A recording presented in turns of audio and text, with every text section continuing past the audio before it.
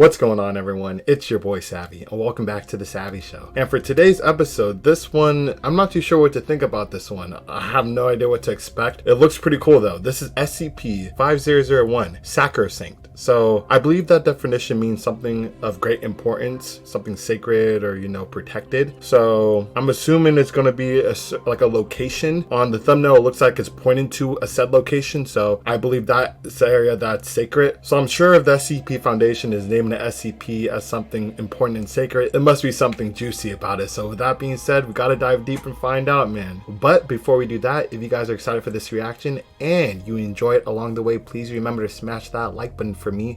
Let's try to get 60 likes on this one, and also smash that sub button. Join the family. The goal by the end of the year is 10k subs, so let's get it done if you enjoy the content. And also remember to hit that bell so you can stay plugged for each and every upload. And now, without any further ado, let's get this show started. Alrighty, SCP-5001, Sacrosanct. Let's go. It has long been the mission of the SCP Foundation to secure and contain any anomalies they encounter, all to protect the safety of the human race. Sometimes containing an SCP is a trivial task, as simple as guarding a room or keeping an eye on an artifact with strange but mostly harmless properties. Usually safe class Other SCPs. times, though, anomalies require a considerable number of the Foundation's personnel and resources to keep them under control. You good? This latter category commonly includes some of the most dangerous creatures and entities that the SCP Foundation keeps under lock and key. However, while it might be only in very rare cases, every so often an SCP comes along with its very own built-in method of containment. This can often be the result of someone encountering an anomaly and discovering the perfect way of imprisoning it before the SCP Foundation comes along and steals all the credit.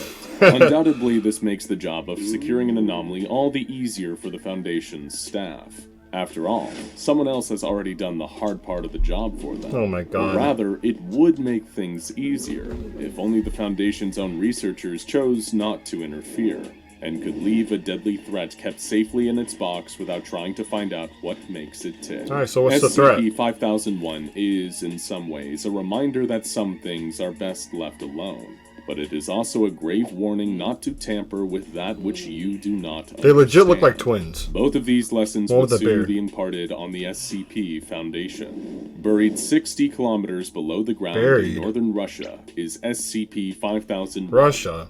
I feel like everything's in Russia. The Fountain of Youth, this SCP, goddamn, that's like the hotspot of dope SCPs. 53-kilometer wide structure. It is an enormous biomechanical machine. But to the untrained eye, there is nothing anomalous about the object. And according to the Foundation's findings, this is indeed the case. There is nothing inherently anomalous about the structure itself. The heck? But there are a number of characteristics that seem to suggest it is, in some way, connected to anomalous phenomena. For one, there is the sheer scale of the structure. And then there's the records that were uncovered about SCP-5001, which appear to have been monitoring and tracking its status. Perhaps whoever constructed it, or discovered it, kept a record as they observed the structure.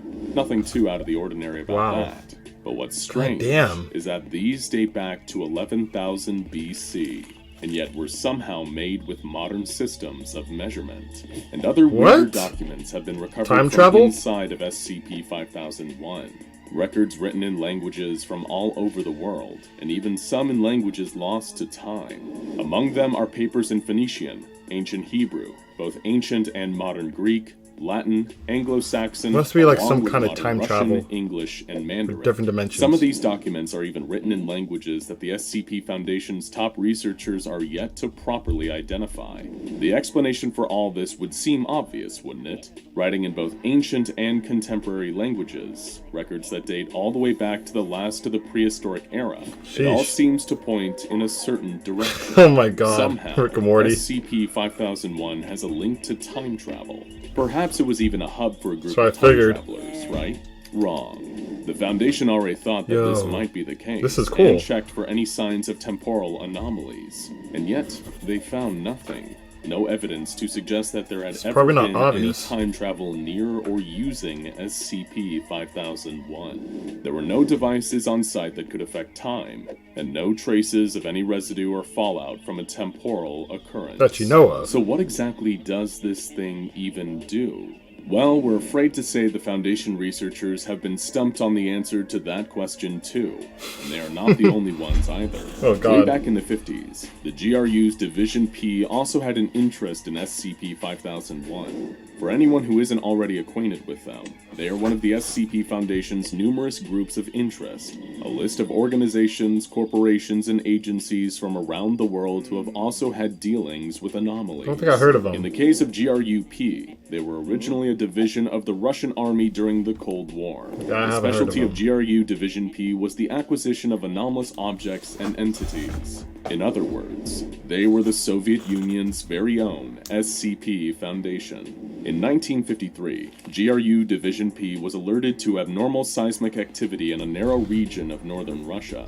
A team was immediately sent in to investigate and began attempting to take seismic measurements of the area in question. Alrighty. During their various experiments and tests, GRU Division P realized a discrepancy in their readings. GRU? I low-key thought that there's different SCP Foundation facilities all over the world. Not certain places having their own, faction. Maybe, each story's not canon, so probably in this canon, this is just a different variation of the SCP universe. That's probably it. Again and again, they checked and double-checked their results, only to discover that this reading wasn't the result of faulty equipment or even human error. There was something big nearby. What they hadn't yet realized was around 30 kilometers away, deep underground, was SCP-5001. Okay. Immediately, GRU Division P began drilling towards the location of SCP-5001, but for years found that they were unable to breach the exterior of the structure. Damn. Defeated, the project was There's abandoned cracks on in it, though. 1955. However, Soviet leader First Secretary Khrushchev seemed to have a vested interest in gaining access to SCP-5001. Oh, squarehead. As a result, he privately funded the GRU Division P operation, allowing them to continue their work in secret for a number of years, from 1959 until Khrushchev was disposed in 1964. Disposed? Of course, this was all during the height of the Yikes. Cold War. But by the late 1960s, international relations between the Soviet Union and the United States of America were starting to ease. Thanks to the relaxing tensions, a contract was introduced allowing the two nations' secret organizations to work together on a number of operations involving potentially dangerous anomalies. Nice. This meant that the SCP Foundation was finally able to step in and contribute to the GRU Division P's project concerning SCP-5001. Their first task? Actually getting inside the subterranean structure. Naturally, given how well-versed the Foundation is in dealing with anomalies, they had ideas for how to crack this nut. By acquiring anomalous technology from the Global Occult Coalition, another group of interest, as well as experimental designs created by one Dr. Elijah Rachma, the SCP Foundation were finally able to breach the structure in 1971. Wow. From then until the dissolution of the Soviet Union in 1991, the SCP Foundation and GRU Division P worked together to conduct a number of studies into the origin and purpose of SCP-5001. Hope they find something. Both organizations were curious as to the technology the structure possessed, I would be and too. attempts were even made to recreate some of the devices found within. Among this advanced technology were ontological stabilizers, also known as Scranton Reality Anchors, which are located around SCP-5001's inner chamber. Dang. These were designed to directly alter the amount of Humes in a given area. What's a Hume? Well, to keep it simple, a Hume is a measure of the reality around us. If it helps, imagine reality as a pile of sand. Now imagine that you remove a single grain of sand from the pile. Congratulations, you just removed one Hume from this reality. Taking one away doesn't really do much, but start grabbing handfuls and the pile gets smaller, scattered. Less a pile and more a light dusting of sand. Reality works the same way. Take too much away and it starts to lose whatever it was before. Being able to alter the amount of Humes in an area meant that these ontological stabilizers could alter the strength of reality itself, even nullify the reality-bending properties of some anomalies. In theory, an SCP with the power to influence reality could be contained using this technology. The effects of their abilities reduced significantly, although not negated entirely. Another noteworthy piece of technology uncovered was codenamed Omega. Omega was discovered in an unmarked room on a computer terminal that was connected to every area of SCP-5001 by dozens of cables. The software itself was an artificial intelligence construct, a computerized consciousness that seemed to serve the purpose of controlling the various systems within SCP-5001. What the heck? The Omega seemed to work by providing an answer whenever someone used a keyboard to input a question. The artificial intelligence of Omega appeared able to hold a conversation, but would refuse to give any insight into when the SCP-5001 structure was built or what its purpose was. Keeping secrets, I see. Group knowing what SCP-5001's function was, an agreement between the SCP Foundation and GRU Division P was formed. Both organizations shared the belief that Omega, the ontological stabilizers, as well as the other anomalous technologies could never, under any circumstances, be allowed to fall into the wrong hands. They had a pact to keep the knowledge of SCP-5001 and these devices strictly between themselves. So this is supposed to be like the origins of the reality anchors?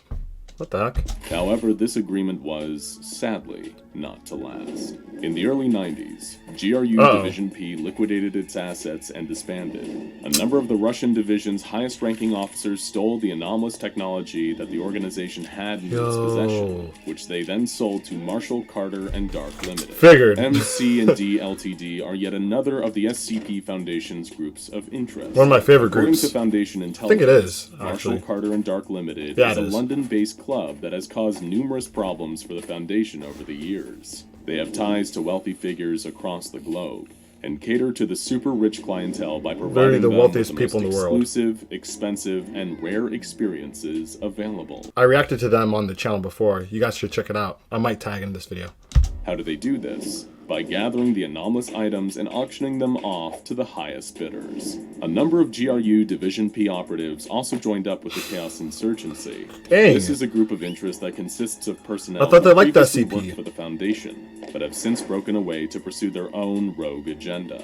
Much like a number of other groups of interest, the insurgency uses anomalies and SCPs for their own benefit, as well as dabbling in a bit of arms dealing and the selling of highly classified intelligence. Damn. Hey, it's good to have a diverse portfolio. Despite former members of GRU Division P seeking alternative employment with some less than reputable groups, the SCP Foundation still managed to keep the existence and location of SCP-5001 a closely guarded secret. However, even with the structure fully under their control, their leading researchers were still baffled as to what exactly the purpose of the underground structure was. They still couldn't figure that out?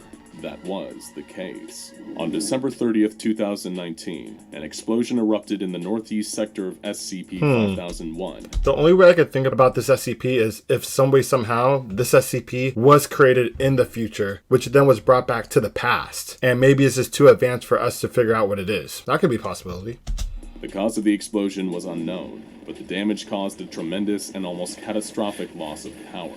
Whether the explosion had been triggered by one of the many groups of interest, like the former GRU Division P, or just a machinery malfunction, it almost caused the total destruction of SCP-5001. What would be so bad about that? Well, remember earlier when we said that every so often an SCP comes along with its very own built-in method of containment? Yeah. You see, it wasn't the structure or technology of SCP-5001 that the Foundation should have been worried about. It was the thing inside of SCP-5001.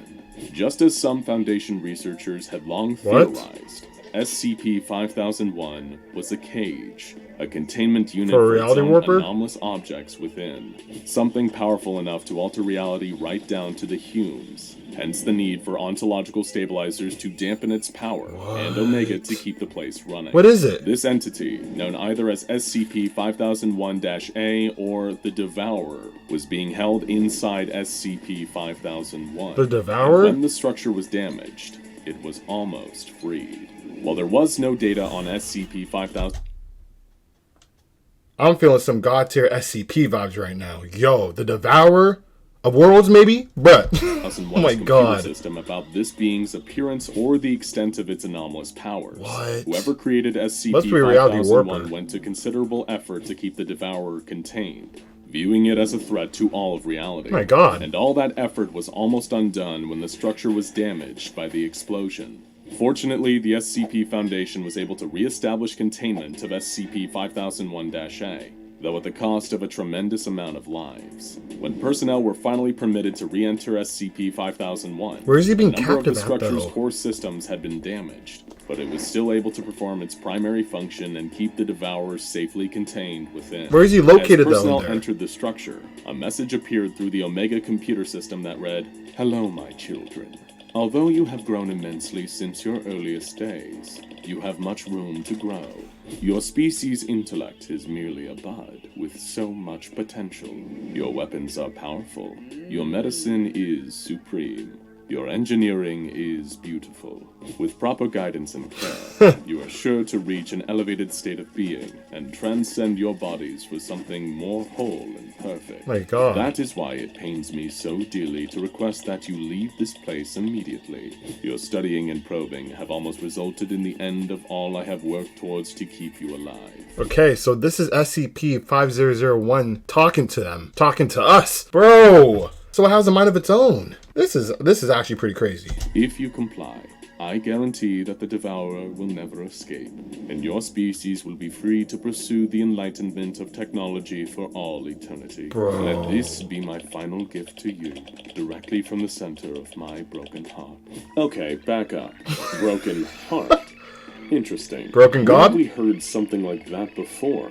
We'd hate to jump to any conclusions, but when one hears about a being of great power related to large and mysterious machines, and that word again, broken, all the groups of interest that seem to be tied into Church of the Broken God. SCP-5001, and we'd neglected to mention perhaps the most important of all. Is that him? Is that one of his parts? Legit, this SCP is part of the Broken God, I'm pretty sure now. It's probably like one of his balls or something, who knows? Head, possibly? Bro. The Church of the Broken God. This religious organization This is that crazy. reviews industry and technology over the impurity of flesh has been united in a singular purpose, rebuilding their deity, the Broken God Mechane, whose body was split apart in an attempt to preserve the future of That's mankind. one of Mechane's parts. Perhaps the heart of this great and ancient machine, this devourer, is actually the heart of something else entirely. Though, of course, there's only so much we can speculate. Knowledge, after all, can sometimes be like a flame. It can light your way, but if you get too close, Can burn ya. you will inevitably be burned. If ever you're in doubt, ask the people devoured and assimilated by the heart of Mechane the last time it was freed by the Church. If ever the heart gets out again, Yo. you'll certainly be with them. The SCP Foundation has come so far. I low-key don't want this to Technology, their knowledge, their vast resources, all allow them to contain High some key, of the most actually. powerful forces mankind has Indestructible ever seen, creature. and even some we haven't. But as SCP-5001 shows, there is still much that even the brightest researchers at the Foundation don't yet understand, and their drive to poke and prod at the unknown nearly led to the end of reality as we know it. Perhaps one day we'll be able to fully understand just what the Devourer is, and the ways that SCP-5001 worked to protect us from it. It's probably his counterpart god. The one that rolls over flesh, the counterpart of Mechane. Because Mechane's whole goal was to contain that god, so, everything could be okay. And he separated himself. So if he's containing some kind of god-level entity, it must be that dude. Bro, pretty self-explanatory if that's the case. If it's not the case, I'll be actually surprised. If it's just some random other top-tier SCP, like, yo, what are you doing not capturing the first god? But, hey, we may never know. Who knows? But we're not there yet, and there's no guarantee that we ever will be. While the pursuit of knowledge is always an admirable one, when it comes to SCP-5001, maybe the Foundation should have left well enough alone. Now go check out SCP-5545 Mysterious Tunnels. Oh, that was good. That was a good one, man. I wish I reacted to this a little bit sooner. This was top tier. I didn't expect it to be tied with the Church of the Broken God, or it being part of the Broken God. Oh my God, it all makes sense now, though, who he's actually containing, who the Devourer is. Let me know in the comment section below if you guys figure that out, or if I'm wrong about thinking the Devourer is the God of Flesh, Mechane's counterpart. I want to know what you guys think about this, because this was pretty crazy. This was a juicy one. So with that being said, remember, smash that like button if you enjoyed the video, and also smash the sub button, join the family if you're not already part of it, and also hit that bell so you stay plugged for each and every upload. And now, unfortunately, that concludes today's episode. However, I'll catch you guys on the next one.